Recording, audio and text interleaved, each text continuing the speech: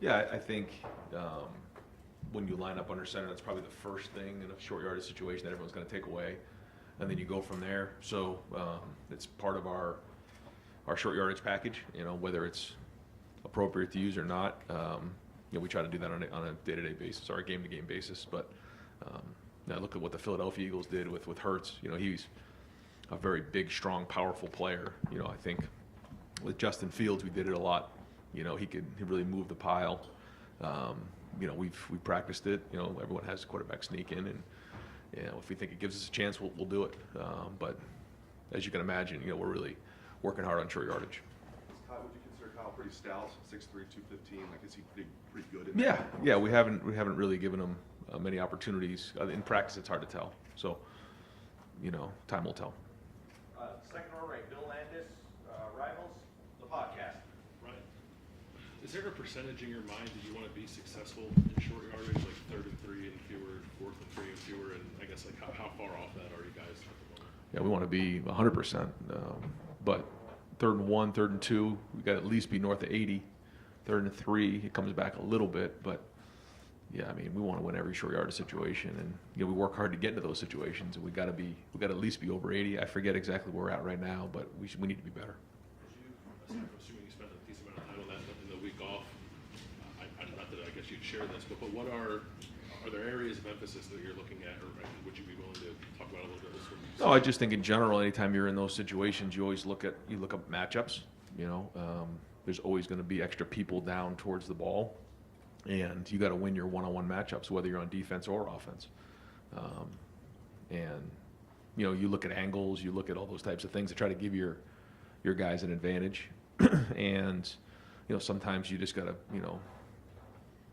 get bigger than the other guy, get stronger than the other guy, move them. If the guys up front are moving their guys forward and the running backs are running hard, that's part of it. Other times you got to look at maybe getting the ball in the perimeter or throwing it down the field when they're just you're banging your head against the wall. So there's a lot of different ways to look at it, but yeah, in big games, a lot of it comes down to short yardage. Tony Gergen, Buckeye Huddle. Along those lines, what I think you guys are like just under 50% on running on 3rd and 4th down. Can you throw your way out of that and then open things up on the ground? Is that something you can also? Is that something you've done? Yeah. We have in the past, and we'll try to do whatever we can to get the first down. We're going to try to do what we can schematically to get it done. But yeah, that's always a possibility. And then, how frustrating has that been so far this season? Yeah, it's frustrating. Certainly look back on the film and see the way we moved the ball up and down the field, but not finish those drives was extremely frustrating. Right next door, Pat Murphy, 24/7 Sports. Ryan, Kyle obviously has this big moment helping you not only that drive at the end, but the entire Notre Dame game. Coming out of that, how have you seen him react to that, and where do you want to see him grow after his first kind of big college moment? Yeah, there was a lot of good things in the game, certainly finishing the way it happened, but now it's on to Maryland, bigger challenges ahead. We got a lot of football ahead, and he's got to grow. He's got to get better in a lot of different areas, just like everybody else. But good to get that experience. But yeah, we all need to be more efficient. We need to finish drives off better, and there's a lot of plays that he wish he had back the other night. But now we're moving forward. We're after the bye week. We've addressed all those things, and now all the focus is on Maryland. Does his trajectory feel similar to Justin and CJ? I feel like sometimes we think about the end product. Maybe we don't look back at it kind of how. I'm sure you do. How is he compared? It's only a couple games. I don't think we can, leap to judgments. If we don't have that drive at the end of the game, where does that put him? But we did, so now where does that put him? You can't ride the roller coaster of that, good or bad. It is what it is. There's things that we got to get better at. There's things we're getting better each week at, but you can't. It's more of the process, and I think with a quarterback you have to do that because you can get caught up in everything else. There's a lot of things that come with each play. There's 21 other guys on the field that are, affecting where the decisions are in terms of where the ball is being thrown, all kinds of different variables. And the other thing is we only had, 8 possessions in that game, so there wasn't as many opportunities as maybe you would like to do that. So we got to be better as a whole on offense of finishing drives off so that we can have more possessions and be more efficient. Stephen Means, Cleveland.com. I'm following up with some of the college stuff. There's winning the job, which he's done now.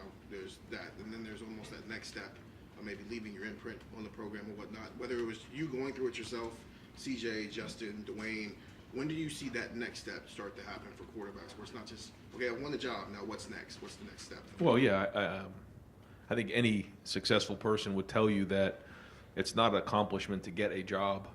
That's just an opportunity. What you do with it is what matters. And that's, I think, with anybody across the board. And so, it's an opportunity. And, he's had a couple games as a starter, and that's good. But this is just an opportunity. And so the rest is yet to be written. And I know he's working really hard to play his best football in our Week 5. It seems like there's stuff CJ used to say that still people say here, even though he's gone, it's clear his imprint was left. Are you starting to see that from Kyle a little bit, even though it's early on in the process, him leaving his imprint on this is not his program? Yeah, I think now that you're into, a quarter of the season out of the way, you're starting to see a little bit of a different personality take place, and each team has its own personality. But this team does have more experience than maybe in the teams in the past, so that's good. But the leadership's really got to show now. We got to continue to take these steps forward, and like you said, build our own personality of who we are and our identity, which I feel like we've really started to forge here. But we got a lot of football ahead of us. Dan Hope, 11 Warriors. Ryan, it seemed like last year you guys were, on a good roll going into the bye week, and then maybe had some struggles coming out of a bye week. Did you guys do anything different during the bye week this year to try to, avoid any complacency? No, we look at all those types of things, and there's certainly no complacency here. And we know that, we got to continue to get better. We did, give the guys a little bit of time to clear their minds and their bodies and their souls because, it's going to be a heck of a run here for the next couple months. But I think it's more about this week. We did tweak a little bit how we're practicing this week than maybe how we did the middle of last season, coming off the bye week. We did it before the Georgia game. We did it before Week 1, kind of how we practiced this week with the Monday practice and helmets, and then we're going with our normal Tuesday, Wednesday, Thursday practice, which in the past we'd changed up for a few years. We thought that gave us a little bit of an edge. So we need to have a great Tuesday practice today. Are you expecting Marvin to be full go this week? Yeah. Austin Ward, Rivals, the podcast. Ryan, only Kyle can say, I guess, if he feels more confidence or Right. energy coming out of that. But for you as the head coach and calling plays, what does seeing your quarterback do that really for the first time at that high level, or even some of the plays that you called on that drive, when you were thinking about that during the off week, does it change the way you progress with him or the way that you think about him? Yeah, it's like I was told as a young quarterback, once you come home with an A in algebra, you're expected to get an A in algebra all the time. Well, now you're seeing what Kyle can do. And so that's now the expectations are getting mounted up, and that's good. That means, you've shown you can do it. Okay, now let's continue to do that, and let's improve in these other areas. But it does give confidence, I think, not only to myself and the coaching staff, but also the guys around him. You kind of mentioned this after the game, like, well, the 3rd and 4th down success is significant, and that counts for something. Is there something with the concepts and the schemes that fit him better that you're calling at those? Can you adjust that and put it in earlier downs? Like, I know I'm not trying to get the full game plan for Saturday, but it seems like there's a process that goes on for you to see how it fits. Yeah, and I think that's the journey we talk about every year of finding the right balance of things that fit the quarterback and then the offensive line, and then it goes from there. And Kyle's different than CJ. CJ's different than Justin, different than Dwayne and JT. So we'll try to identify those things. In each game, you'll learn more. Okay, for some reason he saw this really well. Now maybe that was the preparation, maybe it was the teaching, maybe it was the scheme. Maybe he saw that look in practice and we were able to replicate it, in the game. Maybe this was a different look. Maybe he's more comfortable with these concepts. You check the footwork. There's so many different things that come into it. And yeah, we want to make sure we're doing the best we can to put our guys in the situation to be successful, and that starts with the quarterback. Over here, Don Sperry, WBNS. Coach, how big of a challenge will this be for your defense with Tagovailoa, and just how do you defend these guys? Yeah, Talia's played a lot of football. He makes a lot of plays. They have weapons on offense. You saw that last year and what they did. So we got to do a good job of recognizing how they're trying to attack us. Have a great week of practice. Ultimately, it comes down to winning the game up front. But our secondary is going to get challenged this week. Do you get pressure on him? Yeah, we need to get pressure on him. Anytime you're trying to disrupt the passing game, that's a big part of the equation. Play all WSYX. Oh, did you watch some football this weekend? I'm just wondering, is the Big Ten the best football league in the country? Yeah, I mean, I think that there's great football in the Big Ten. I think some really good teams. I watched some of it this weekend. But, yeah, I mean, it's, I think the product on the field right now is as good as it's ever been. Three of the top 6 teams, Right. yeah. Yep. Right behind him, Adam King, WBNS. You said week 1 you've got to learn to be okay with winning on defense. You guys gave up 14 against Notre Dame. The defense is one of the best in the country right now. Have you noticed a different feel from them walking around the Woody? I mean, is there a different level of confidence than since you've been here? Yeah, I think so. I think it started in the off season, though. It's hard to talk about that when nobody else sees it, but when you see it every day in practice, there's just a confidence that builds over time.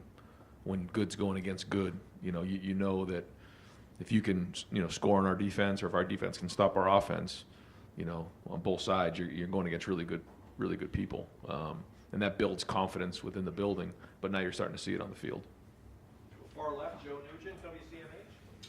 Statistically, Maryland's defense has been really strong. What stands out about that unit? Sound, strong up front, athletic in the back end. They've replaced some really good DBs last year with more good DBs. I think the safeties are playing well. Corners are excellent. Linebackers are more experienced this year, playing faster. He's recruited some guys up front. So, they're very sound. They don't give up a lot of big plays and create turnovers. Right in front of him, Whitney Harding, WCMH. Right on the other side of the ball, the offensive line's only been 3 sacks this year, and Talia is just playing out of his mind. So how important is it to try to get pressure on him, to try to prevent those explosive plays that Loxley has made it clear that's what they want to do? Yeah, and he does a great job and has done a great job. So it's a big challenge to our defense to do that. Challenge to our D-line. We're always trying to get a pass rush. We're always trying to avoid big plays. That's not new, but to your point, it is a challenge because that's something they do very well. Joey Kaufman, Columbus Dispatch. Ryan, you've mentioned at times this year teams bracketing Marvin in coverage. How much more frequently is that happening this year versus last year? Trying to get some kind of better perspective on that. Yeah, I think that there's times where that's happening, and but you can't do that all the time either. But they definitely know where he is, and typically, they'll put a couple guys to his side or whatever that is, and it's based on the type of scheme that we're playing. But everybody knows where he is on the field for sure. Do you expect teams to continue to do that throughout the season, considering the way Mecca's played this year? It would seem teams might be more honest, but that seems to be the way it keeps going. Yeah, I mean, when we get that style of defense, we have to make sure that we're creating as many explosive plays in the other areas and attacking the defense where the coverage isn't. And I think to your point, you're talking about bracket coverage in particular. You got to find the one-on-ones, and we got to win the one-on-ones in those situations. But then there's also things on first, second down that you might see, and whether it's running the ball or finding a matchup at another position. The more we do that, the more pressure it takes off of Marvin. Spencer Holbrook, Letterman Row. Ryan, you talked at different points the last couple months about not putting too much on Kyle as first-year starter. Do you feel like you guys are past that point now that you've seen him in a big-time environment and winning a game like that? Do you think you're past the point of we can't put too much on him? Has he reached that level? I think we took a step in the right direction, but I think we're still building, and we're still growing, and we're still a work in progress. In that same vein, do you think that, I know that you guys had the 61-yard run from Travion that scored a touchdown, but do you think you need a little bit more right now in the running game other than that one run? You worked great for carry. Yeah, I mean, we always want more in a run game, always. But like I say, all the runs count, So you can say, well, you can take out a couple runs, but that run count. So that was a big one. But we certainly want to be more efficient in the run game. Right next door, Cameron T. Robinson, the Athletic. Brian, a month into this year, I mean, this season, have you seen, is the growth of the offensive line at the pace you expected it would be at in preseason? Always want them to be better. I mean, there has been progress made. We've seen that for sure. But again, we're challenging everybody on our team, coaches, players, everybody's got to get better. And if we, going to win, this weekend, start with this weekend against Maryland, we all have to play better. We have to coach better across the board. I think I've said this to you guys before. Like, you have to upgrade every week, and this needs to be, Ohio State 5.0. It can't be the same team that was there last week or 2 weeks ago. I mean, that game is long gone. We got to get better this week. So the offensive line is no different. Andrew Gillis, Cleveland.com. Brian, you've got quarterbacks kind of all over the roster from all over the country. Is there a difference that you've seen from when quarterbacks enter the program and maybe even today, stylistically, philosophically, how they approach the game when they enter as freshmen? Yeah, very different. Everybody's personality is extremely, even like the guys in our room right now, the 4 guys we have, there's all completely different people, all from different parts of the country. All have a different personality, but we pretty much coach them all the same. Right in front of him, Dylan Davis, Delaware Gazette. When you had a chance to evaluate where your team's at during the bye week, I guess, just curious what your thoughts are about where they are, and if you hope to be further along. Are you comfortable with where they are right now? We're 4-0, but there's all kinds of areas that we want to improve on. You can imagine that. We got to get better, and that has to do with practice and getting on the field and doing it. So we want to be more efficient and execute better on all 3 phases, and we got to continue to upgrade. So the goal is to be 4-0. We're 4-0, so that's good, but there's still a lot of areas of improvement. I'm just curious about the bye week, the timing of it. I know there's a lot of different reasons why a bye week may fall in a good spot or a bad spot. Just your feelings on where this bye week fell with the coming off the Notre Dame win. Would you have liked to carry that momentum in, or is it good to be able to come up and grab that? Both, yeah. We'll see after Saturday, after the game, and get a feel for what that was and how we did. There's parts of me that like a little bit of a mental break and a physical break, but there's part of me that wants to just keep playing and continue to build the momentum. But we'll get an idea on Saturday how we've come out of this. Andy Backstrom, Letterman Row. Ryan, with averaging fewer possessions in the clock and all that stuff, does that affect the redshirt management process? I know you're only 4 games in, but is that a new wrinkle this year you have to think about when managing this roster? Yeah, I mean, the number of plays are down, so that is something that we consider. But the rule hasn't changed, so it's still the 4 games, and I get that printout every week, and we identify the guys that we'll be playing in that 5th game. But we still have guys who have played 2, 3. Do have a few that have read at 4, so you got to kind of make that decision. But we take all that into consideration. Rob Aller, Columbus Dispatch. Ryan, this is the first opportunity we've had to ask you about post-game comments, reaction to it. 2 things. One, what have you received? What have you heard? I think players loved it, recruits probably. And 2, was the Lou Holtz thing sort of just a flashpoint for frustration that built up? Or I'll just let you speak to those. Yeah, I don't really want to get into much of that today, just because all the focus is on Maryland. But a couple things. One, I'm very proud of the fact that we're 2-0 against Notre Dame in the last 2 years. I'm proud of the way our team played. I'm proud of the grit that they showed. It was an emotional game.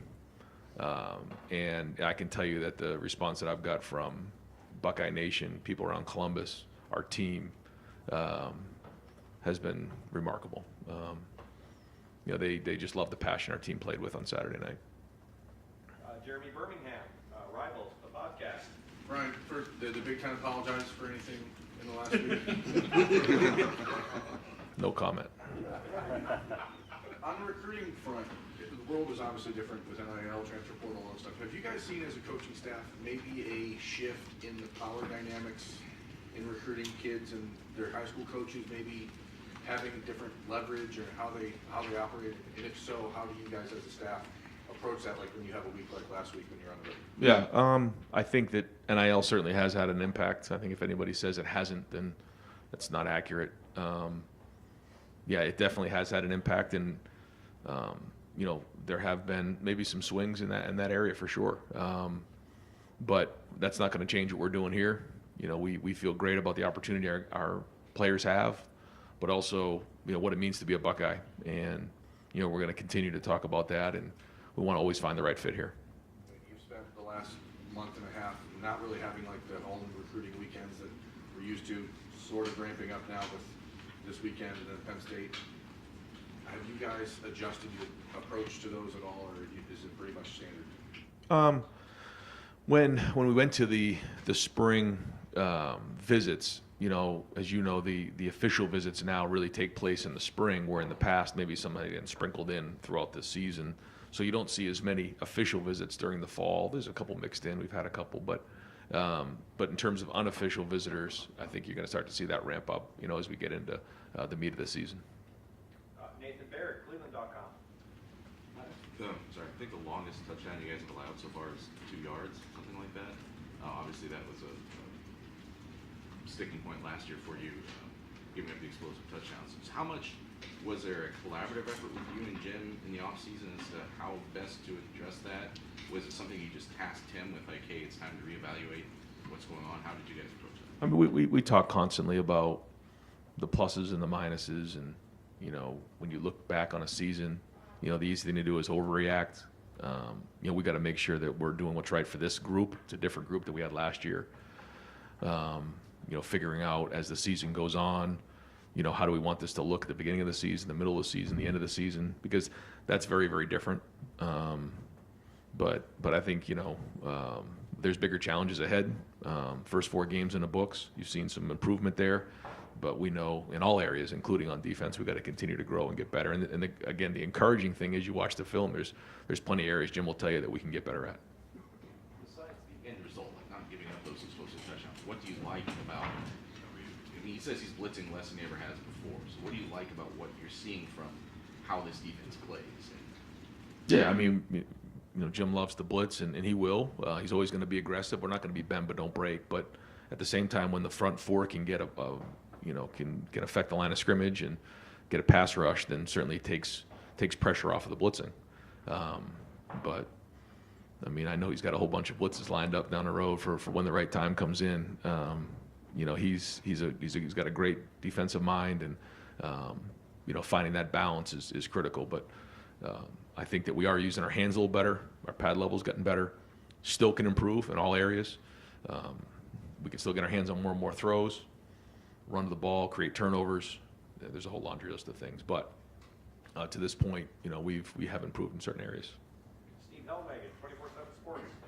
Yeah, back on the run game, the touchdown you had, what was special about that play? Just was that something different that maybe you hadn't shown, or was that looked like the right side of your line hit their blocks coming around, and Marvin sells out on his aspect of it, and as the phrase goes, just give him a crease and he can get it. Just what happened on that play? Yeah, the play bounced. You know, the defensive end came down really hard on Matt Jones, but Matt Jones stood his ground there.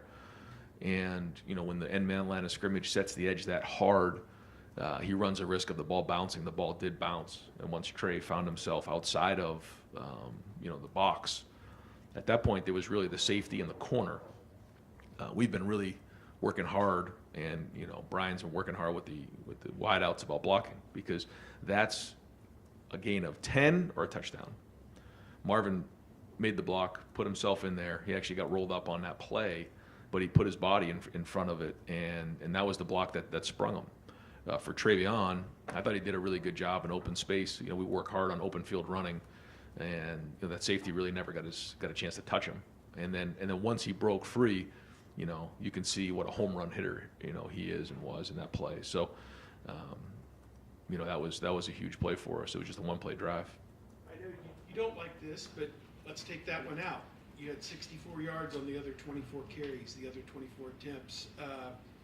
What can you do to even that out? What did you work on to make it a little bit more consistent and get it 4 or 5 yards a carry? Yeah, yeah. Those are all the areas that we're watching to see.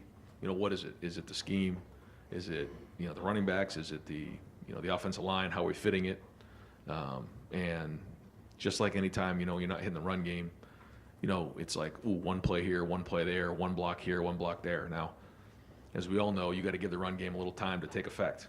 And And then when it does, you start to wear teams down. You can start to, those runs of 3 and 4 turn into 5, 6, 7, and then it can turn into explosive plays. You know, we've got to start faster, and we got to be more efficient in making those runs early on, 4, 5s, and 6s. That's the challenge, because we're not getting, 75, 80 plays like we used to, and that matters. So we got to be better, especially in the first quarter. Far left, Jared Smalley, WCME. All right. Back to pass rush. It's one of those double-edged sword things. Everybody says, hey, you got to play your best guys. And if you play your best guys, then you go to the end of the game, you let them Jack and JT play at every snap.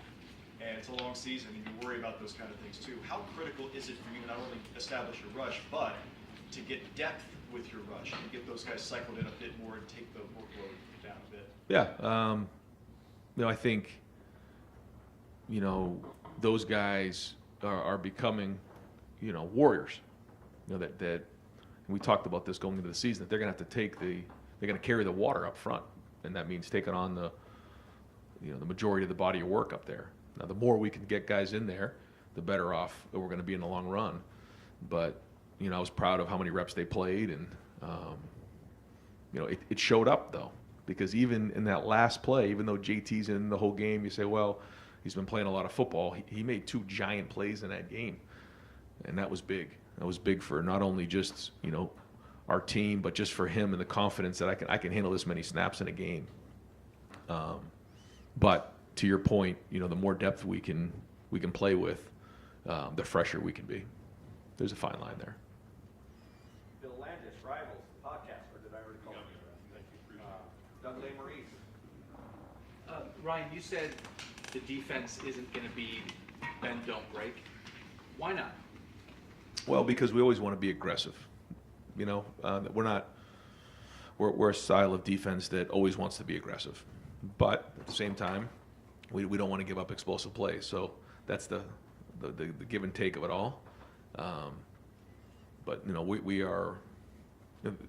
There's times where, if they get a first down, we're okay. We'll make them drive the entire field, but that mentality is not what we want on defense. We're going to be aggressive. We're going to get in your face. We're going to get after you. But also not give up big plays. You have a lot of things as a head coach to consider. There's a lot. College football is a huge sport, and there's a lot of people talking and writing about it all the time. How does a head coach consider when to respond to something, when to say something on behalf of a team, when to let something go and not get involved? Because I would imagine, there's 100 things that you could comment on, and head coaches don't do that. What's that discussion like for a head coach to figure out when to say something, when not? You have to execute a lot of patience. You have to bite your tongue a lot. That's part of the job. But sometimes when, your team, reaches a certain point, sometimes, you got to do what's right for the guys on your team. And, finding that balance is the art of being a coach. But yeah, to your point, there's a lot of times where you just have to, take the high road, and that's going to be done the majority of the time. But I also know that it's Ohio against the world, and that's part of the job. Our guys also know that there's certain time where you gotta stand up for what you believe in, and we're focused on Maryland, so that's behind us. But I also think there was a lesson learned for our team. Bill Rabinowitz, Columbus Dispatch. Not to belabor the pass rush, but I'll belabor the pass rush. You have 5 sacks. I know sacks are not everything, but are you content with the amount of pressure, the disruption that the pass rush is causing, especially with Talia this week? That's going to be crucial. Just kind of what's the status of the pass rush? Yeah, I thought we went against 2 really good tackles a couple weeks ago. Watching that and evaluating that, I thought there was some good pass rushes in there, and we were close. I think this week gives us an opportunity again to see where that goes. There's times where there's run stunts going on that maybe it's not as much of a pass rush, and but our goal when the quarterback's dropping back, obviously, is to pressure, hurry, and obviously sack them. Silly little question. At the end of the Notre Dame game, you kicked the extra point. Some people said, should have just taken a knee on that. Have you thought about that? Yeah. if there was an untimed down, I was going to take a knee, but with 1 second, I just felt like, you want to kick the extra point. Just who knows what could possibly happen, right? You just never know. With the kick, I don't know.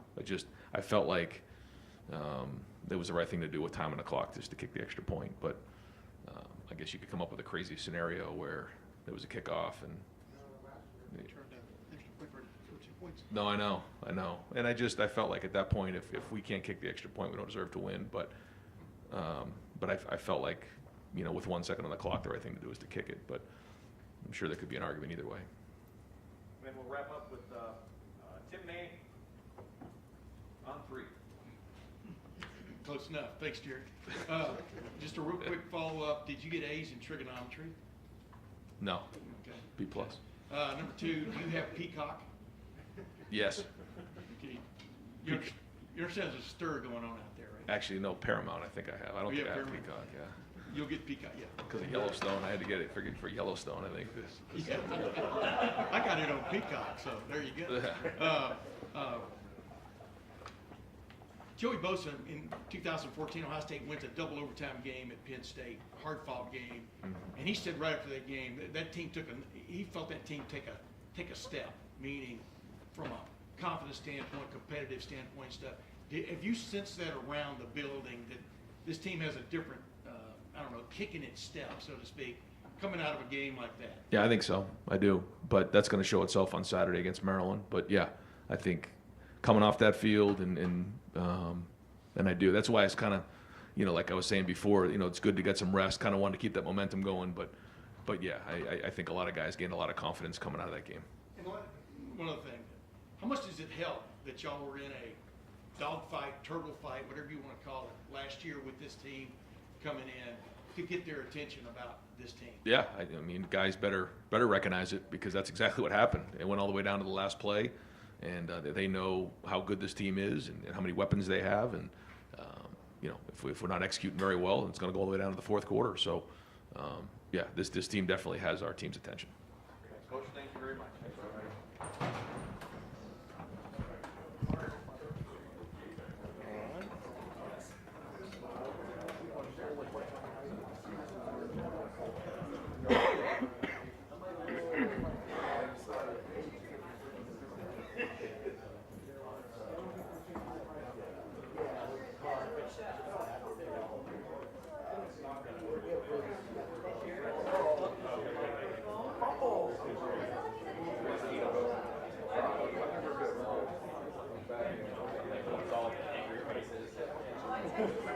Hey, good job, Media. 47 questions in like 32 minutes. Yeah, but Tim asked 12. He does good. He remembers everybody's name, where they're from. I know he writes all that down in studies, probably, but still. Yeah. I'm sorry I didn't get the branding of Phoenix and Columbus.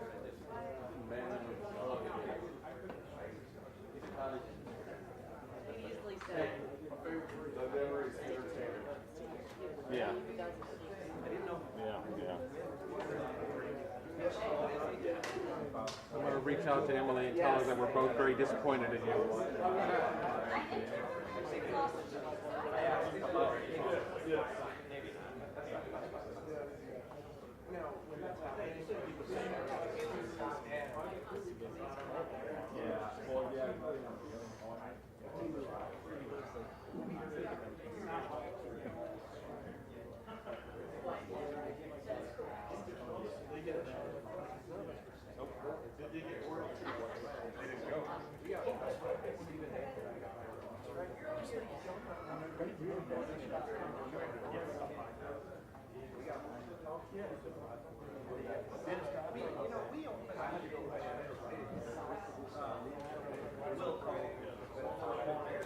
3 hours in advance. We don't send them out or anything like that. Kind of a homeland security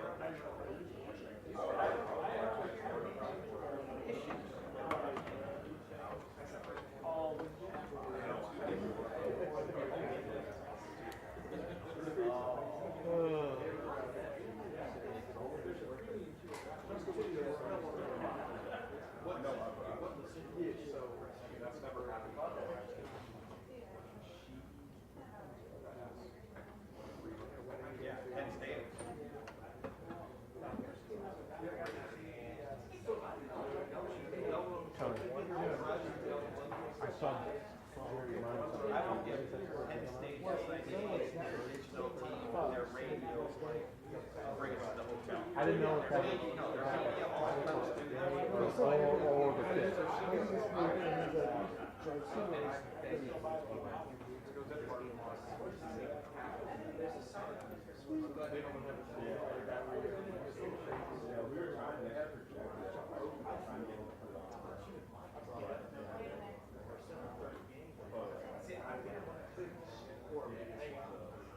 Yeah, you're about 11.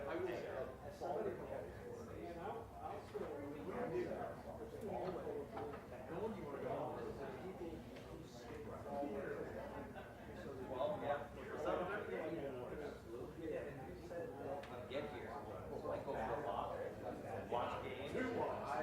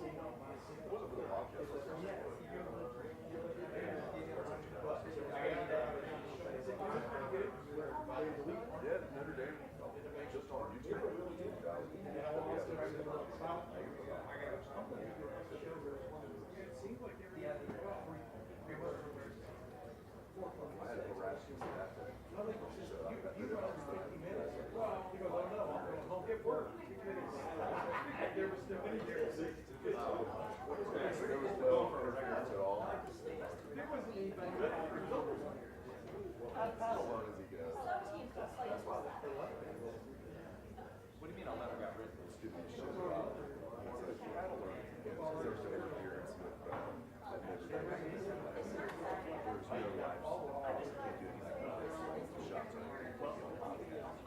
I'll actually tell you this.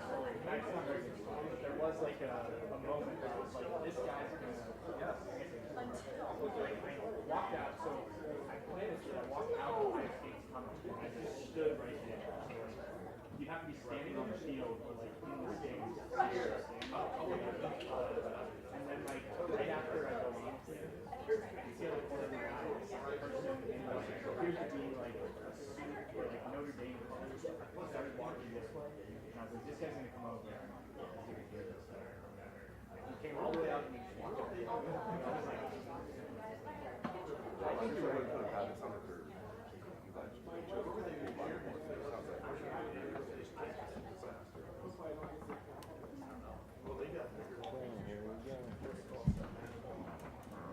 Like one interview with me. Coach, thank you for your time. We'll open up the floor. Cameron T. Robinson, the athletic. Jim, when you look at Maryland and see what stands out about him from this year, and that maybe he's grown and improved on from last year? Did you say the quarterback? Yeah. Yeah. You know, he's always been a dynamic player. I mean,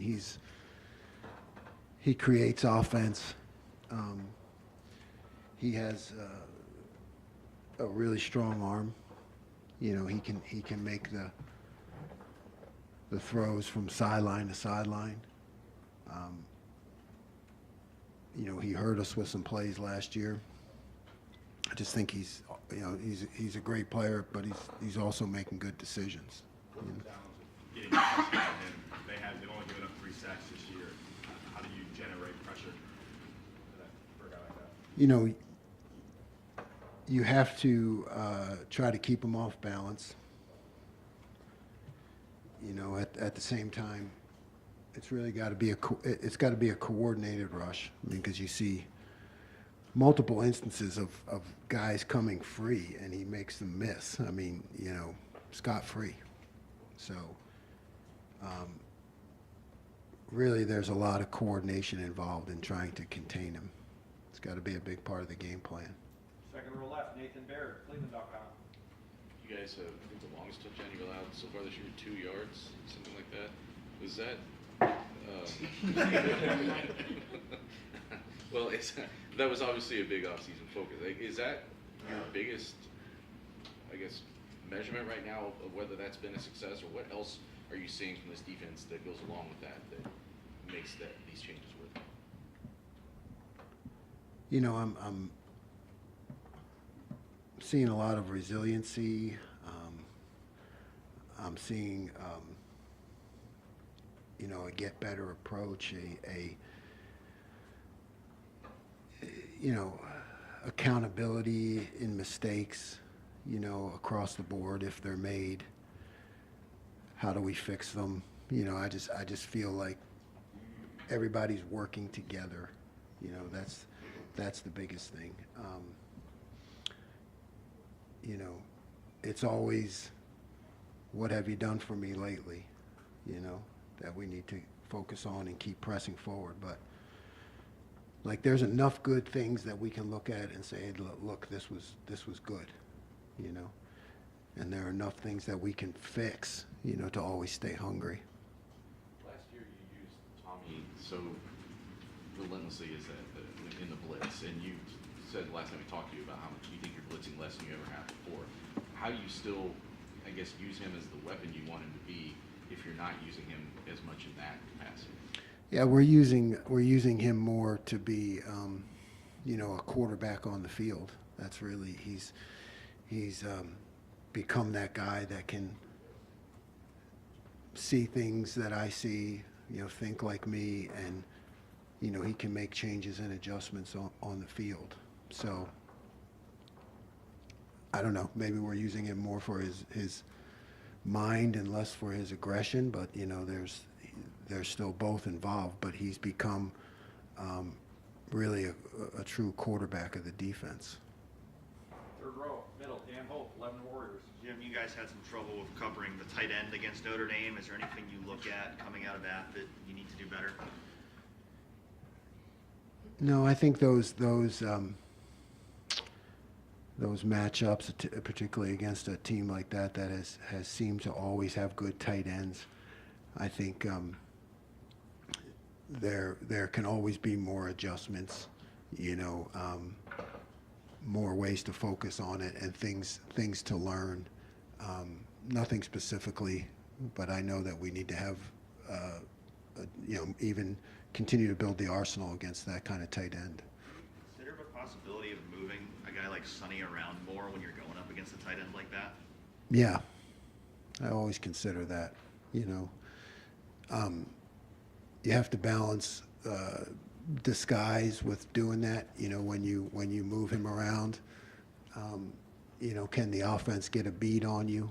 You know, are you less, are you telling more? You know, are you showing more when you do it? But it's definitely a possibility.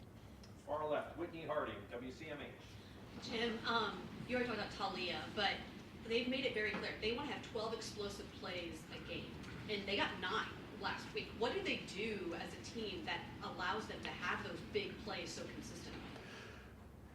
You know, we always talk about coverage and rush working together, so really it's he has the ability to extend plays, you know, and when you get an extended play, the opportunity to make an explosive or give up an explosive, it goes up, you know, and he has that ability to extend it, and I think that's why it's happening.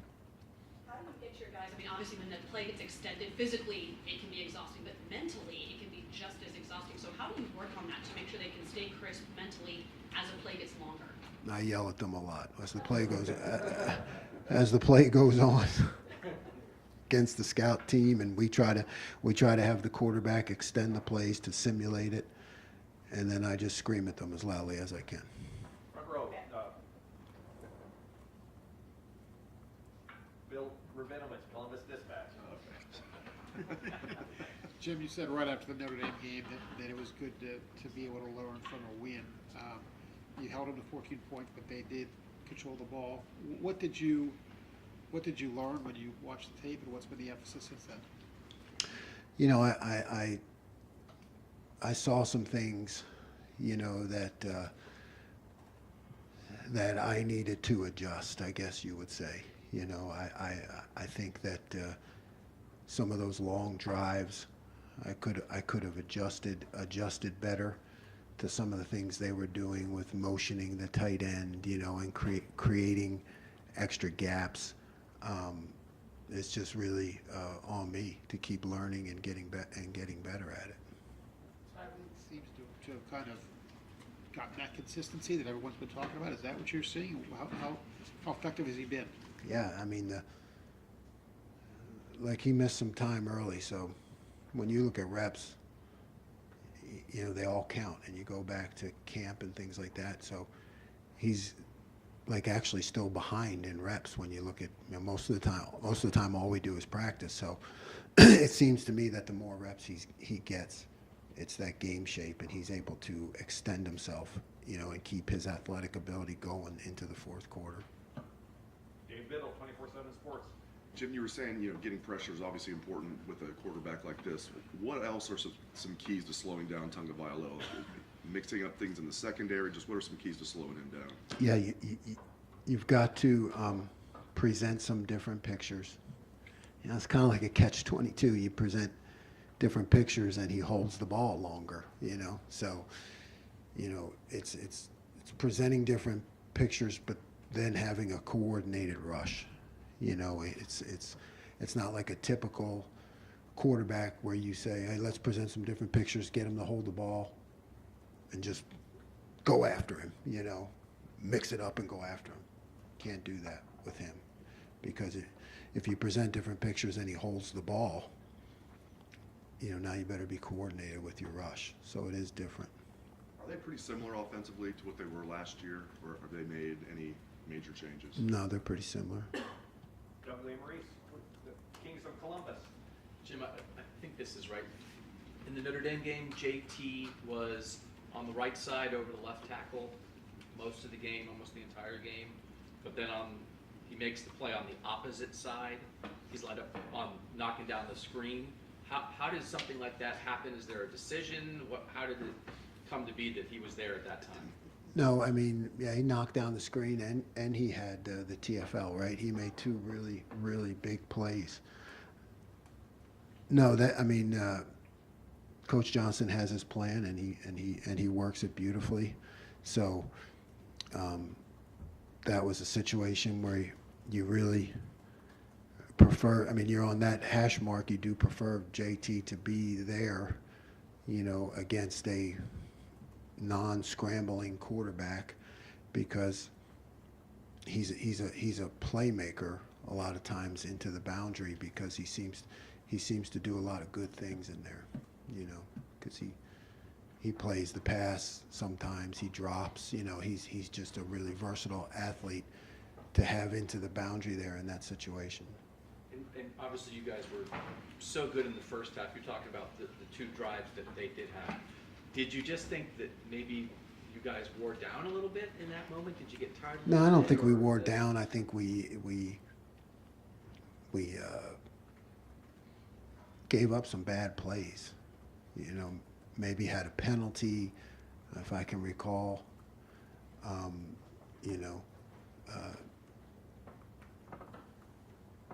Had some bad plays. And like I said, I think I learned a lot from it too, in terms of adjustments in the running game that we need to make. Front row right, Austin Ward, Rivals, the podcast. Jim, you can find numbers that say that the pressure rate has been better than most throughout the first 4 games, or you could take some and say, well, the sack total is pretty low. They're not getting to the quarterback as much as they might want. If you're evaluating this, what's the metric that's most important to you?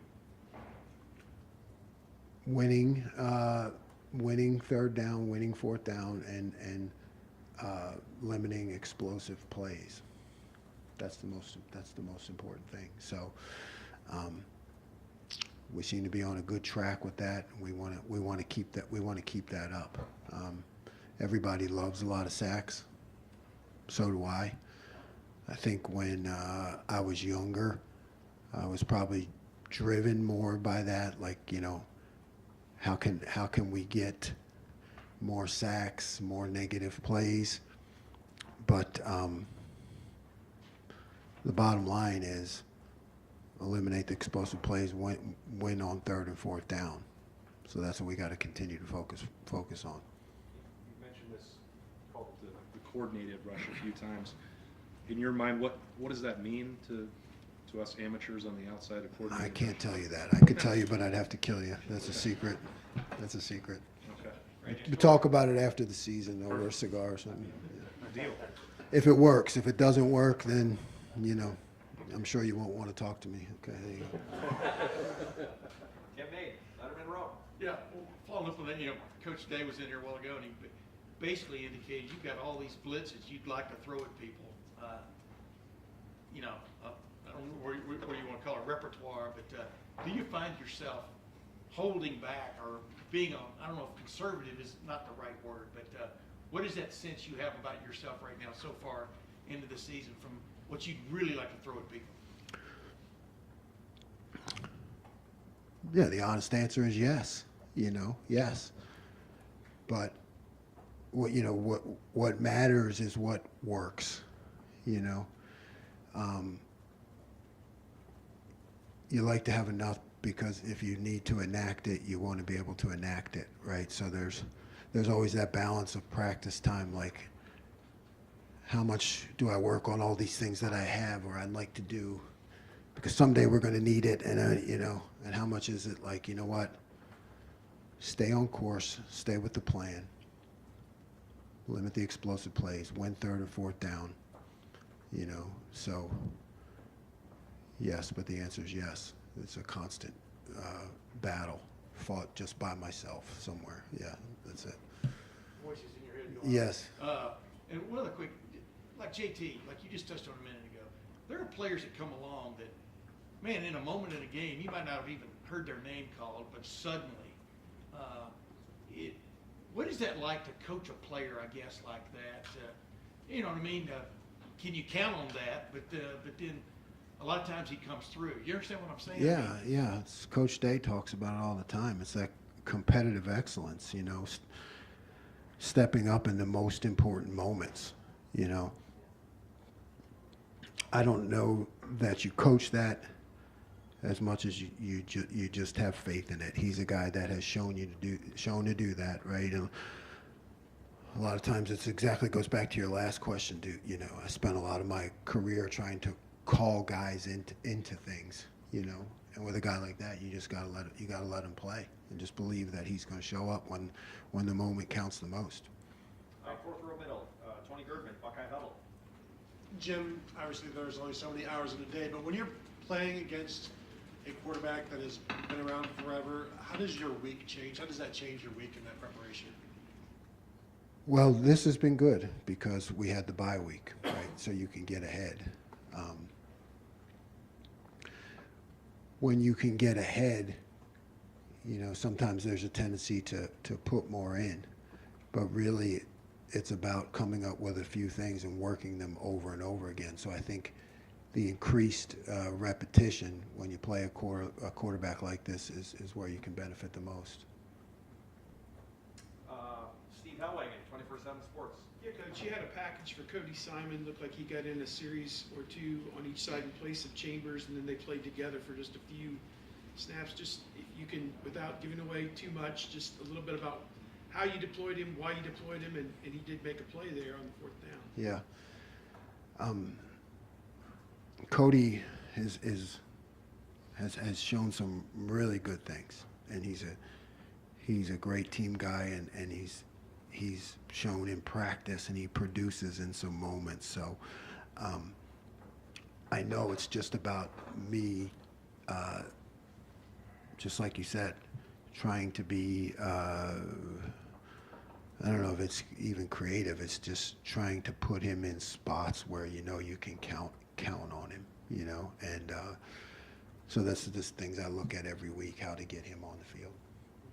Joey Kaufman, Columbus Dispatch.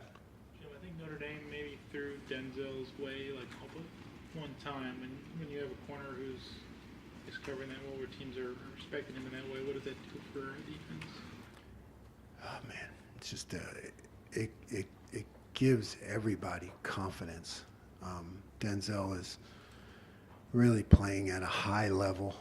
And, you know, when you scheme up the coverages and you know you can just count on him and kind of take that out of the equation, it allows you to do some other things, you know, with the other guys. And but it's just it's a great thing for the defense and I think the team when you got a guy playing like that.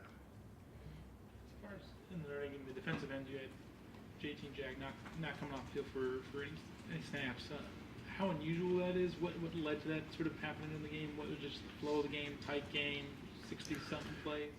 Yeah, all of that. Yeah, it's a tight game. It's a matchup game. It's you know, the plays, the way the game has changed, how many less plays. You know, you just have more of an opportunity to let your best players play. You know, and less substitution in that case. It can be good for us, you know, to keep those guys in there. But it's a balance. You always have to look at it. Got time for just a couple more. Bill Landis, Rivals, the podcast. Jim, you guys stopped them on a quarterback sneak where they tried to sneak out the side on you. Just, I guess, generally, what are the challenges of defending the quarterback sneak? And I don't think you guys have seen the team that tries the one where you just push the quarterback across the line, but do you have any thoughts on that way of going about it? Yeah, I mean, you know, you have certain calls that you make. And, you know, my hometown team, right, they've made that famous, you know, and Notre Dame had actually showed it with a different guy running it, right, like was it a tight end or something like that. So that was new to try to have the quarterback run it, but you try to do the push inside, and you see Tommy like kind of Palomalu over the top. But part of that plan is you always have to have the escape hatches. You know, you got to have those escape hatches. The guy to get out, and that one worked out perfectly. You know, it really did. I mean, Sonny went right to the escape hatch, which was awesome. Fourth row right, Andy Backstrom, Letterman row. Jim, I know when we talk about the safeties moving around, being able to play all three spots, we're often talking about Sonny. But with Josh and Lathan and having moved them a bunch around the boundary, up high, back and forth, what kind of dynamic is that to help your defense, and how has that helped so far? Well, it just helps because of knowledge of the system, right? You got to be safeties when they can see the whole forest through the trees. Then they know what's going on, and they play some over there. They know what's going on that side, and they just have a better understanding of the entire defense. And that's what you want your safeties. You want your safeties to really understand all the details, no matter where they're lined up. And I think when you can move them around a little bit, that helps. It just helps their learning. Right next door, Spencer Holbrook, Letterman row. Jim, on the other side of Denzel, how have you evaluated the way that Davison has played so far and Jordan in the slot? Davison, very aggressive. You know, very aggressive. You know, I think, you know, you feel him out there. You feel his presence there. He's continuing to get better, but he's aggressive. And, you know, you can count on him to show up in the running game, which is a big deal there into the boundary. And Jordan is really talented. You know, moving to that nickel position is really it's not that easy. You know, the nickel corner, or you know, you want to have a guy there with corner skills, but then there's a myriad of adjustments that go with it. So he's just continued to improve. You know, he's going to get better every game. And two and done, Pat Murphy, 24/7 Sports. Steve asked you about Cody. Joey asked you about the defensive ends. You talked about wanting to play more depth at both those positions coming into the season. But once you get into it, do you have to kind of reevaluate where you can do that, how you can do? I mean, to us, it's okay. You just put guys in and play more. But I realize there's more to it. Yeah, always. You know, you're constantly weighing. Hey, we want to play more guys. I want to play more guys. You want more guys to play, and then you know, you find yourself falling back into, you know, certain people at certain times. So yeah, there's what's working, versus what you want to do, and most of the time as a coach, you're going to stick with what's working. And we'll close out far right, Adam Kane, WBNS. You go through fall camp, the off season, but there's kind of an intangible to when you win a game like that on the road up at Notre Dame. When you look at that locker room afterwards, and I guess throughout the bye week, do you see this kind of defense bonding together more, saying, hey, look, this is all we worked for? Yeah, I mean, that belief amongst players, it's exactly like you talk about in our game. It's all good to talk about, but, until you actually do it on the field, you want to talk a game, you want to envision the game, then it's either you do or you don't. And the more you do, the better you feel and the more you believe. Don't you dance in the locker room now? Nope. Coach, I got No. one more. Jeremy Birmingham, Rivals, the podcast. Jim, because Steele and Tommy have been so reliable and so good, whenever they have a game that maybe looks off, I think it stands out to people maybe more than other guys. Was there something specific that Notre Dame was doing that made them look so out of place at times, or is that a consistent issue with the more physical offensive lines getting to them? Yeah, How do you break that down? yeah, you're right on. They, really good offensive line, and a premier opponent, and they can play better. They both know it, and like I said, it's a when you win a game like that, you can learn a lot from it that'll help your growth overall.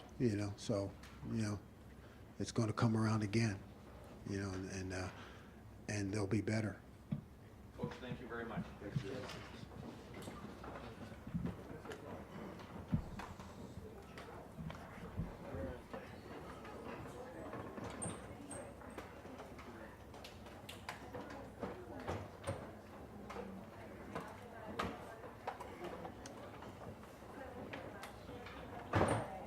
All right, folks, look, we should be out of the indoor by 2 o'clock today.